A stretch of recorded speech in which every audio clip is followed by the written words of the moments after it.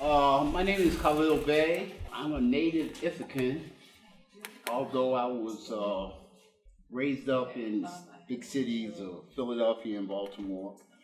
In fact, Philadelphia is where I learned to appreciate art. I had students from Drexel University that come down and, kind of like give me an art appreciation in terms of all the different art forms there were. And I was a young kid then, like 5 and 6 years old. And it was just something that I took to. I liked doing it. Off and on, I would study art. Art made me kind of important because I could draw the cartoon characters, and all my friends thought I was special. And then, later on, I realized that my art made me, special, and it helped me to pursue it more and what have you. I never, went where I went to any structured art school or anything like that. My art school was life itself. I was a confirmed outlaw for about 30 years, and I grew up in Black Panther revolutionary days and what have you. I'm talking about say it loud, I'm black and I'm proud. And, we were getting awareness of self, really active in it because it was something different than what I had been used to. And, I think as an artist, I was always a sensitive person. So it wasn't like, where I would be like this hardcore mean person and everything, I think that that helped me, to maintain a certain mellow attitude about certain things. Although I was angry, there wasn't too many black folks at the time that weren't angry. Nonetheless, I spent a considerable amount of time in prison, and I was able to, in the solitude, hone my skills a little more. I became a published artist while in prison, and I actually got some of the stuff that I, dreamed about. I say, yeah, one day I'm gonna be a published artist, but I didn't dream that I was gonna be in prison when it happened. I learned to paint what I missed in prison. I missed the beautiful women and the big-eyed children, and happy days, sunshine. I didn't paint gray and drab and what you might say, colorless paintings. I like to use color. And that, I think my publisher saw one of my paintings and they came looking for me and they said, we want you as one of our artists. And I thought that was great. When I got out of prison, I had a dream that I was going to open the gallery and I wanted to be like the Drexel students that helped me when I was young to appreciate art, because the art was so therapeutic for me. It changed a lot of the hardcore ideas that I had and, kind of softened them, add a little perspective. I had the gallery for a while, but I should have investigated a little more and figured out, because I didn't realize that I had some finances I could have gotten, to support my ideas and everything. Nonetheless, that worked out for a while, and we had after-school workshops for kids from the Southside community centers, from the GAC, and actually from probation. And we had a few seniors that would come in and just, and I I realized how much people really appreciate art. Even when you look at somebody, you never have an idea that, oh, they like art, You don't know until you set up the stage for them to actually present their ideas as far as art is concerned. I had a number of shows. I did tons of volunteer work, and eventually I became, I've always been a mentor, because I thought that a lot of my ideas prior to me going to prison and what have you were changeable. And still I wouldn't, relinquish my status that, unfair treatment, because of the color of your skin or your status financially or what have you, whether you're Republican or, Democrat. I thought that was a silly notion for us to, actually, engage one another, at least hear one another. So I did a lot of activism from that perspective. and people thought that, like my presentation of me as a person was enough. Nonetheless, I was awarded a Cornell Fellowship for Civic Leadership in 2015, and my discipline was Arts in Motion, where, I thought that, the more people look in the art, because it's all based on me, it's something that I know for sure. It broadened my perspective, and I'm sure if somebody really looked at it the way I did, then it would broaden theirs, whether they're young or old. Since then, I've been doing that. I got the Multicultural Resource Center when we were established over at Cornell Cooperative Extension, and we set up. So I definitely got into it, and I'm still into it. People that I see that need, assistance in regards. And I thought that it was great that we were able to make some, changes. So basically that's, how I evolved into, I think that people look at me as a pretty important kind of guy in terms of, life, on life's terms.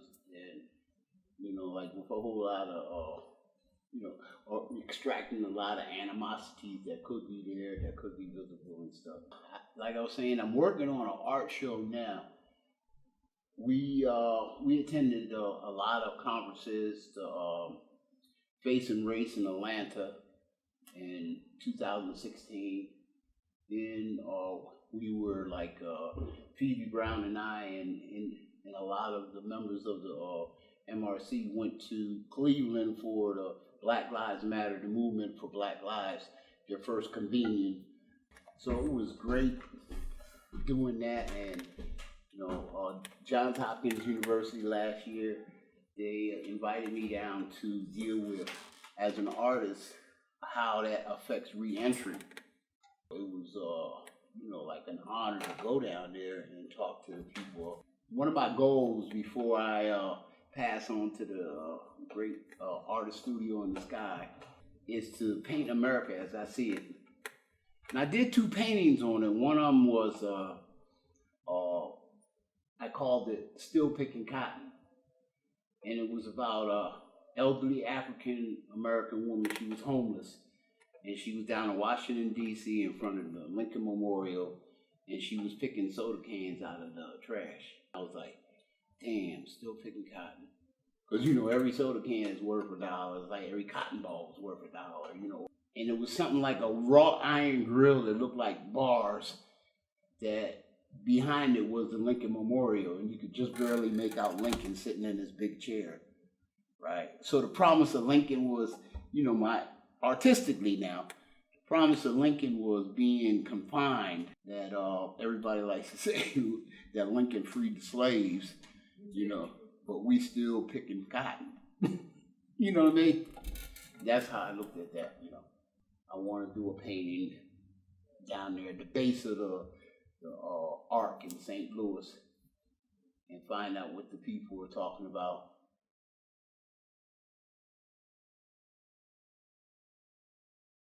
Definitely when I was in the movement and everything, actually my last name Day I got from the Moorish Science Temple of America, and the Moorish Science Temple of America taught us that we were not Negro, Black folks, or colored people, because those were names that were given to slaves during the time of slavery, right?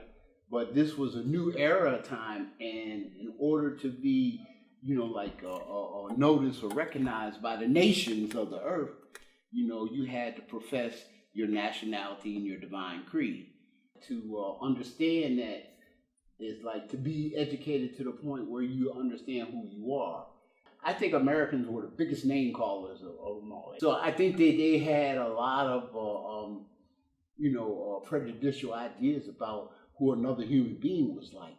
The Bible starts out with, in the beginning was the Word, and the Word was with God. So I think that word was, for the sake of communication, should be taken seriously and said properly.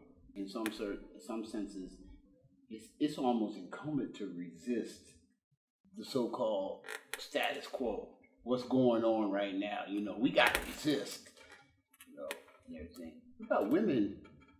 Women started resisting because they lived with their dads and uncles and brothers talking all that gobbledygook, right? And then they were talking about how righteous and you know, leadership orientated they were. And of course, the women had the secret information that said, there's no way in the world that I would let my father leave me anyway, after the way he's acted, or my brother, or my uncle. You know, I think the women's liberation movement was based on the fact that they resisted that. So I think resistance is important.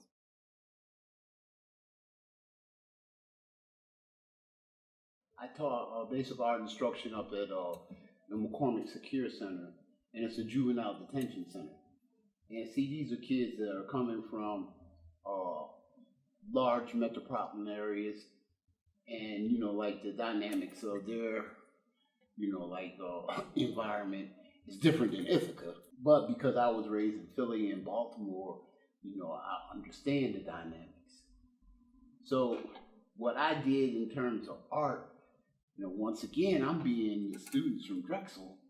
You know, I'm taking that, and you know, I'm trying to crack open these shells so that they can see something besides, you know, because they're angry. And I understood it. To live a life of an outlaw is, you know, more becoming than, you know, try to go along with the system. And it's something to think about. So one of my lessons to them was, I'd take an object and I'd set it down, and then we'd sit around. I said, draw what you see, right? And when they draw it, they start realizing that, you know, looking over what they saw different from what the guy there saw and what have you. So once we made that point clear, said, now, what the subject, let's say the subject is life. Depending on where you're sitting, it looks different, don't it? I said, but it's still life, right? So the whole idea is, are you going to live the life? You know, are you going to appreciate the view that you're getting of it? You know, or are you going to complain because it don't look like, my life don't look like his, you know? If you happen to be from a white privileged society, then, you know, like your life is going to look considerably different than somebody that's coming from a lower or moderate income family that's always struggling, you know, can't go to school because I got to work. You know, so I can't really appreciate, you know, art education or education, you know, as an evolvement into, you know, another way of living. When they get it, they say, oh, I see what you're saying. So now here, they have an idea, perspective, right? You're still dealing with life. I don't care what position you find yourself in. You say, now how you gonna deal with it?